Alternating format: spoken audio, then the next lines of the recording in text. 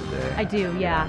But there's a lot of talk about this, and a lot of people have seemed to infer a lot There's of things from a lot of this, supposition. stuff. Yeah, you go out and Reddit and Web Sleuths, and a lot of people are speculating. There's like a 44 page long Web Sleuth thread dedicated to this case. That's and always a bad sign to me. Yeah, I know it is. That's why you don't do these, guys. Okay, so she did have a number of miscellaneous items with her in the hotel room. She had velour jumpsuits, plural, but I don't know how many. I think maybe 2 would be my guess, but I don't actually know. Were they actually jumpsuits? I think they were, I mean, you know, the tracksuits, not jumpsuits, sorry, okay. tracksuits Yeah. is the word that I meant. Tops so and the the bottoms. tops and the bottoms, the zip-up hoodie. And either, depending on the account that you read, either they were packed neatly in her luggage or hung neatly in the closet. But it's always like neatly and orderly. Mm-hmm. She had a pair of shoes. She had a pair of size 10 slippers, which is what she was. She had a nice pair of black leather gloves, which I understand were maybe from Nordstrom's, but I don't know where people may have picked that up from. I think it was a brand. She had a nice leather purse. She had some Estee Lauder cosmetics, toothpaste, perfume, Metamucil, packs of dry Crystal Light, pantyhose, an iron, and a kitchen bowl. Not totally clear on the bowl, or I guess add the iron in there too, but everything else seems totally normal for a trip. Actually, you know, it sounds to me like if you're a regular hotel goer, most hotels have a fridge and things like that, and they usually have like little plastic disposable cups and glasses. They usually don't have bowls. So if you like to save money and just eat a little cereal for breakfast in your room, for example, having a bowl is a handy thing. It's not a bad The iron bad is point. the same thing. You can get an iron from the front desk typically. Oh, every Unless you're hotel in- I've ever stayed in has a Oh, no, iron. no. I've been in many hotel rooms where you have to go to the front desk to get the iron. Really? Yes. You must be staying at a crappy hotel. I'm staying in a Usually flea the bag one- hotel. I mean, The ones this that I was have there in the room. yeah, this is a nice hotel, so they would have had an iron. I wouldn't make that presumption, but the point is, I'm following what Joe's saying. Is that if you're traveling frequently, that's something you would have just in case you don't have to try and find somebody at the office at 5 a.m. when you need to iron something. I guess I'll just point out, however, that leggings, t-shirt, and velour jumpsuits Clothes that she had are with not her exactly at that time iron. do not support the need to iron. Yeah. I will agree. Yeah, Maybe it was an interrogation device. maybe, yeah. Could have been. And I'll just mention that the lead investigator on this case, I've read a couple of interviews with him, and he has said over the years that there was a newspaper that was open that had a couple of maple leaves on it. Oh, yeah, I And forgot that about the he maple said leaves. that he and the other investigators at the time just saw it. And I think they just assumed that they would find out. I mean, you know, by all accounts, this should have been an open and shut case. Yeah. They had her name, they had her address, they had her phone number. They should have been able to figure out who she was. And so they didn't really pay attention to these things. And he thinks there may have been some significance in that, or that she left a clue or something like that in that arrangement, but that they never actually paid much attention to it. So I will mention that, and that may be the clue that's lost to the ages. But on the other hand, I don't necessarily think so. You know, it could be as simple as, and she saw some good-looking leads, or it could mean she was a Canadian secret agent. Or something else. Or just Canadian. Yeah. Yeah. Or nothing. Or it could be nothing, yeah. It could be, yeah. She paid, as I mentioned, in cash for both nights. It ended up being about $350. It was $175 a night cash, which is not significantly less than it is now, but it's like $550 in cash. And that's not nothing. That's not cheap. That's not nothing. And she didn't have a whole lot of money with her. I think she maybe had like $34 in her wallet, but no ID or anything like that. She reportedly, when she checked in, she didn't speak with an accent or anything like that. The police, you know, when they were called and they were searching the room, they did find empty glass on the nightstand next to her that was found to have traces of cyanide in it, which is the way that was her cause of death, is she killed herself by cyanide poisoning. And that's it. That's literally everything we know about Mary Anderson. Much has been written about her, but nobody knows what the hell. Nobody knows anything, yeah. They did. I think they did check out like East Coast to see if she was from New York, which is where the address was. But the address was non-existent, and well, actually, it doesn't. It's not non-existent. It exists, but it's just the street address exists in New York, but she gave the wrong zip code to go with it. Yeah, and she just wrote New York, which a lot of people from New York have mentioned. You don't say New York, you say like Queens, Brooklyn, whatever. Brooklyn, New York, right? Well, yeah. If you're from one of those places, yeah. And then the area code of the phone number that she gave was also totally the wrong area code for that area. But apparently it was a fairly limited area. It's like a New York number, though. It is, but I think it was like upstate Queens, New York or something. Yeah. I probably could have Googled this and found out, but it's all just kind of like... Well, it's been 20 It's all years. wrong. I mean, all of it is wrong. Yeah. So, I guess for me, I don't put a lot of stock and interest into, this address, she like thought a lot about it. I don't think she did. No, and then in terms of Mary the address Anderson... might actually indicate something, though. It might. Yeah, it indicates to me she's not from New York. Oh, yeah, I would agree with that. Yeah, totally. Yeah. I would also say that if she were from the East Coast, most people from the East Coast speak with an accent, and a hotel clerk in Seattle would have said, yeah, she spoke with a... I don't think no accent doesn't pertain just to no heavy European or, English wasn't her first language accent. I think it equates to no accent whatsoever. Yeah, but I mean, there's also... She could have had a very slight accent. I have a friend who's from New York, and I don't ever notice an accent until she takes a trip back to New York, and she shows up at the office, and suddenly she sounds like she's from New York. Like she's from New York. Yeah. It comes and then it bleeds away slowly over time. I mean, that's what accents do. Yeah. Yeah. Yeah. So, go ahead. Sorry. Oh, did you want to talk about? Were you gonna talk about the New York stuff at any time, or should we talk about it now? We can talk about it now. Well, yeah. The thing about New York is that's great if you're on the West Coast. Is it's like clear across the continent. It's a really huge city, so if you run into somebody that was from New York, you're going to say, oh, great, but everybody's from New York, so not surprising we don't know each other, obviously. And but what is kind of clever, I don't know if she was clever, this is just purely accidental, the address was like, 132 East 3rd Street, and that address is in two places. It's in Lower Manhattan, and it's in Brooklyn.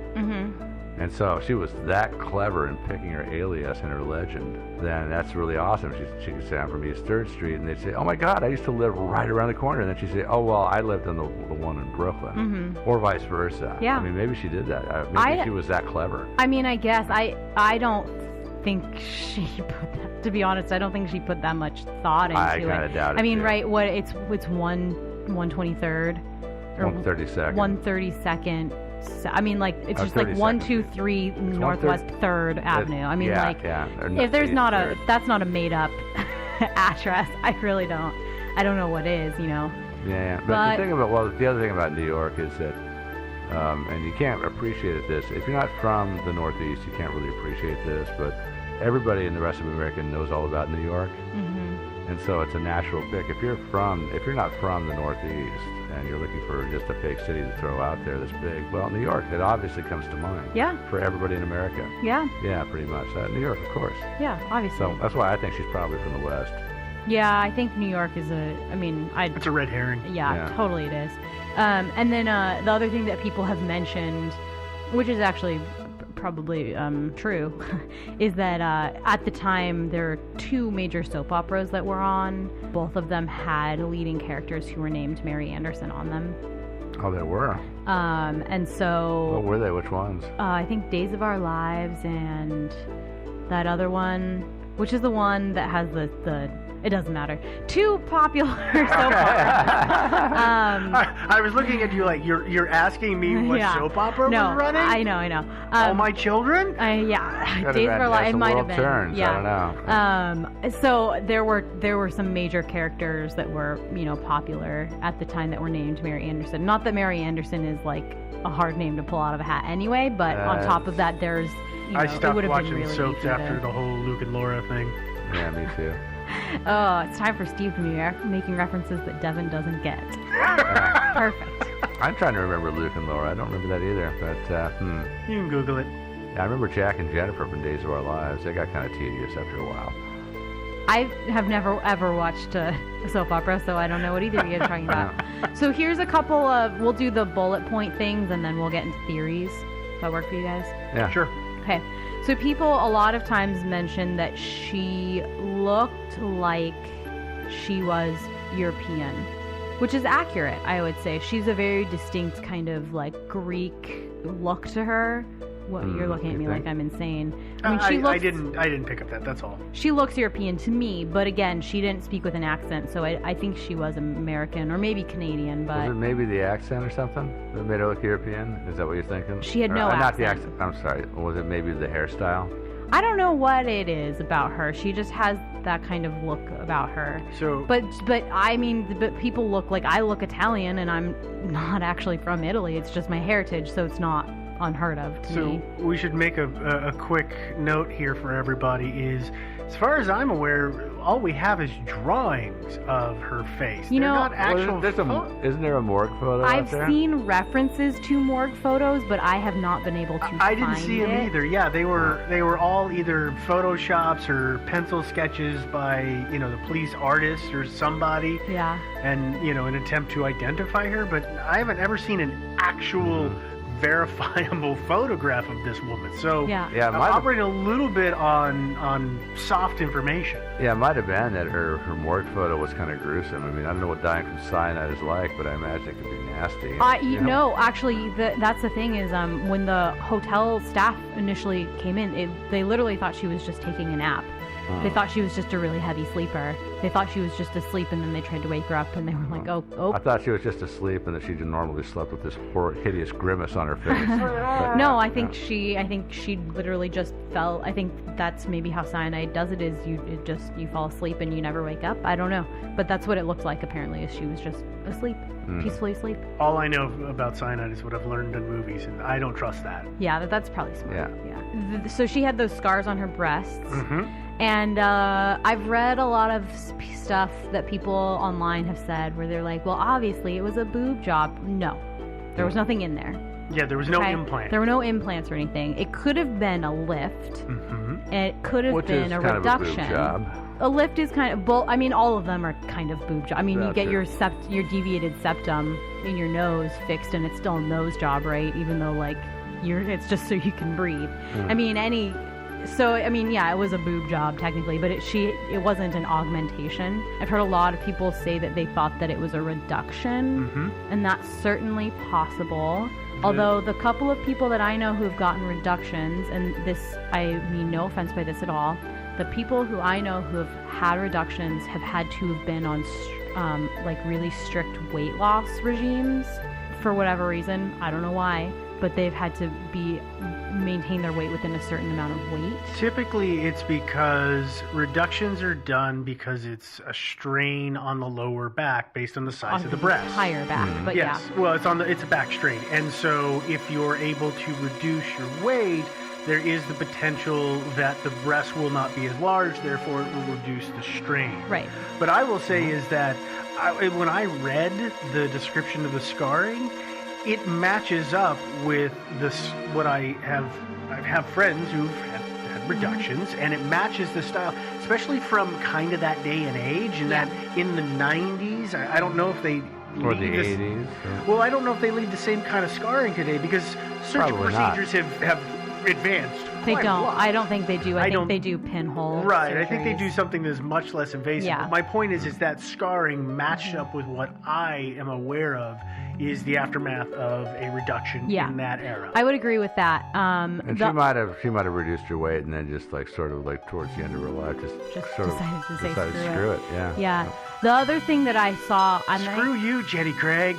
I mean, the other thing that I saw that I thought was a really interesting suggestion was that that maybe she had breast cancer and that there were some lump removal things. I think that the ME would have been other signs in her body. Yeah, that doesn't add up to me. I agree, but I thought it was an interesting theory. It is interesting, but yeah, I don't think they do both sides. I never heard of them trying to balance them out by, like cutting up in one, taking out a certain amount of material. Well, I mean, if she had tumors in both, I mean, that's certainly possible. I mean, a double mastectomy is a thing. Yeah, they weren't trying to balance her, Joe. Yeah. They were just taking stuff out of both of them. Yeah. No, that whole thing is screwy. Yeah.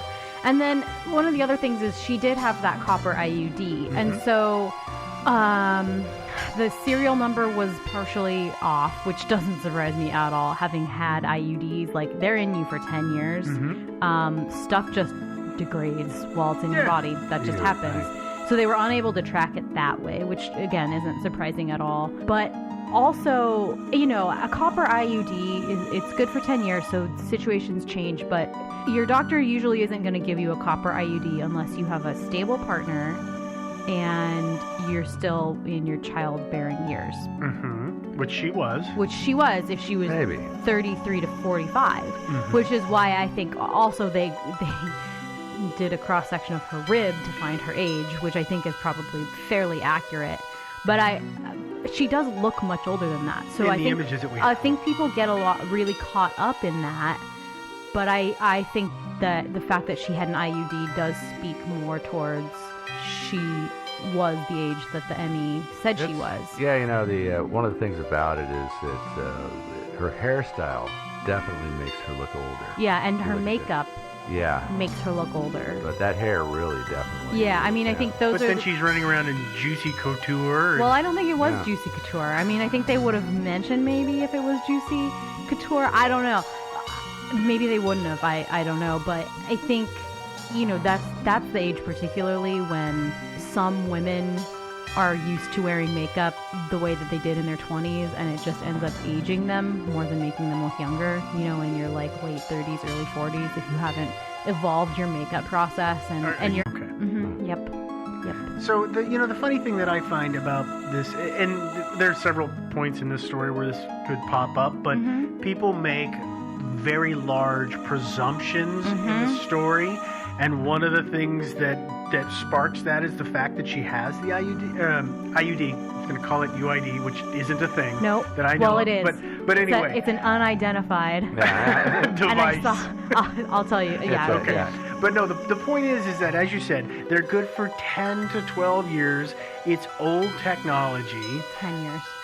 You 7 don't to have 10 to years. take it out at the 10-year mark. It's not as if the thing starts ticking inside of you and an alarm goes off that says, abort. That, like, people can keep them. It has happened. Well, I suppose that's true. But I mean, who knows? But, the important thing is why the hell didn't they, look up the serial numbers anyway? It would have taken a little bit of work, but, What do you mean look up the serial But they didn't have a number? full serial number. They looked up. Still, they had half of them. That's they still should have been able to find something. Well, no, not at all. Are you kidding me? It's like it's a part. I mean, it's like a part number. But it's like a batch number. Yeah, say it's an 8-digit number and you only have 4 of the digits.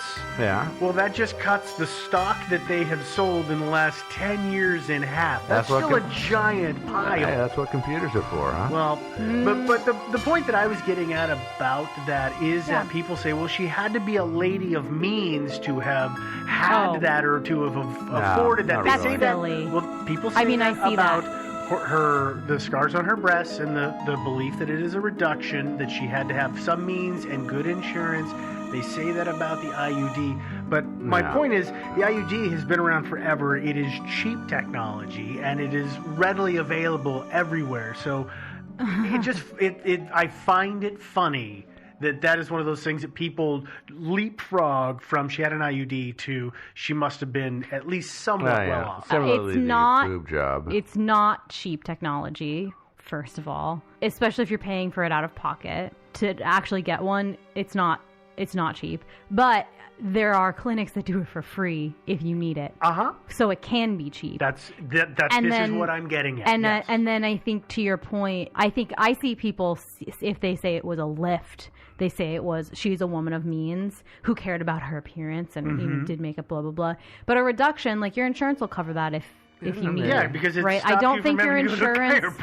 I don't think your insurance pays for a lift, But I think your insurance will pay for a reduction. So again, you probably have to be insured, but you don't have to be of great means. No, it's not that fantastically expensive. But the thing about it is you're not going to pay $10,000 to get a hangnail fixed. But when it comes to the boobs, I mean, a lot of people place huge importance on the boobs.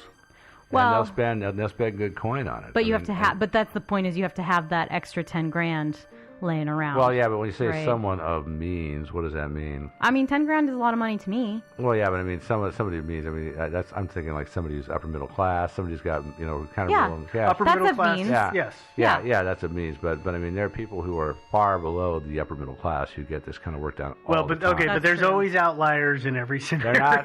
You're right. Not even outliers. I mean, I've been to Argentina where everybody gets it. Every woman gets it. And, there's lots of people who really can't afford it, and they do it anyway. And so, yeah, people will get it. You don't have to be of means. So what I'm learning from this is that we need to start a Kickstarter for Joe's boob job. I think so. Yeah. Actually, because really, you need to get that taken care of. Yeah. I know. So the other point about this IUD thing is the ME also was able to conclude from her autopsy that Mary had never had children. Mm-hmm. So that is also an important fact. Mm. Okay, so I heard, I'm not sure if this is true or not. Actually, I've heard both ways. But I've heard that she mixed the Metamucil with her cyanide.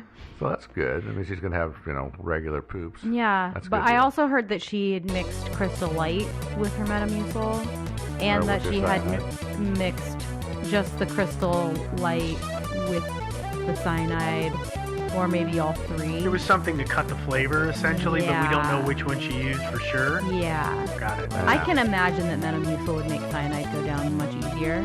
Or and I have heard that Crystal matter. Light makes Metamucil go down even easier. So I wonder if she was older than 45, though.